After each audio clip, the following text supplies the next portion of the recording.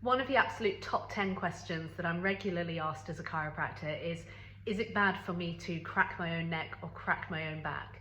Now, we've probably all seen videos of people cracking their own joints, and in fact, my knuckles do it an awful lot as well. So what is actually happening when you do that is basically within our joints, we have a flow of blood in and out of the joints, and with that, it brings various different types of gases.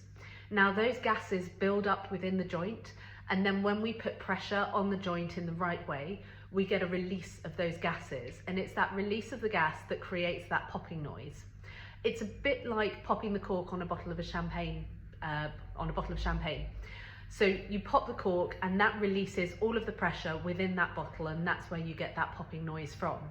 Now, within the joint, the reason why that feels so good to do for so many people is that it changes the pressure within the joint, so you get a rapid depressurization within the joint.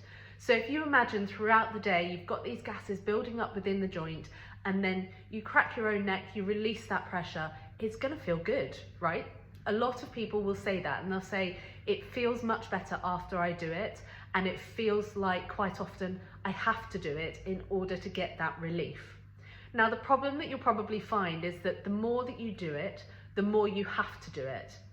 And the reason why many of us as chiropractors don't like to see people adjusting their own necks or their own backs is because it's very, very non-specific. And what I mean by that is, if you just grab your neck and yank it round and you get a joint to pop, we don't know which joint has popped. So you don't know what level of the neck you're affecting, and you don't know whether you're adjusting a joint that was already restricted, or if you're simply causing a release of pressure within another joint. A chiropractic adjustment, what we are doing is very specifically identifying which levels, so which parts of your spine are restricted, which ones aren't moving quite the way that they should do, and identifying those ones. And then with a chiropractic adjustment, although we often hear that click or that pop that comes from the release of pressure within that joint, that's not actually what's having the main benefit. Now, a lot of us really, really like to hear that popping noise, and certainly you go on TikTok, there's millions of videos about chiropractic adjustments, but the pop isn't actually having that much of a therapeutic benefit. There's a lot of research which says that we like to hear a pop, and we know that you as our patients often like to hear the pop because it gives you that nice auditory feedback to say, I've had an adjustment and there's been some change that's taken place. But the pop is actually minimal in terms of the benefit that you're getting from the chiropractic adjustment.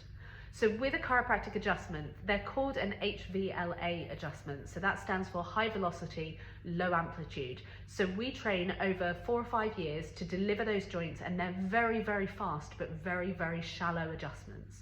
So that's what we're training over 5 years to do.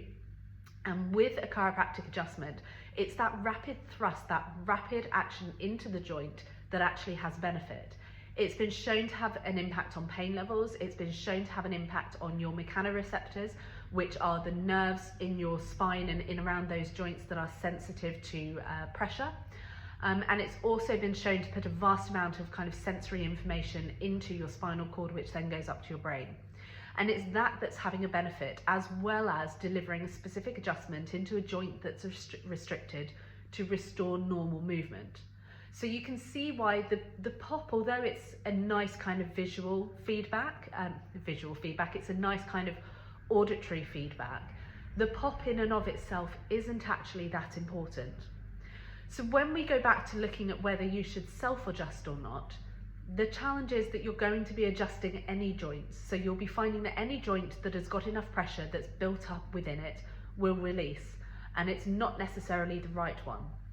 And some research suggests that you might be creating instability. You might be adjusting a joint too much and taking it from being hypomobile, so not moving enough, to hypermobile, so moving too much. So although the research suggests that you're not causing a huge amount of damage to a joint by self-adjusting, we would always say if you can avoid it, if there are other things that you can do that give you the same release, then definitely try not to self-adjust, and try to let it be done by a qualified professional to make sure that you're having the right joints adjusted to get the right response and the right benefit from the treatment. So don't forget to subscribe for more videos and give us a follow on social.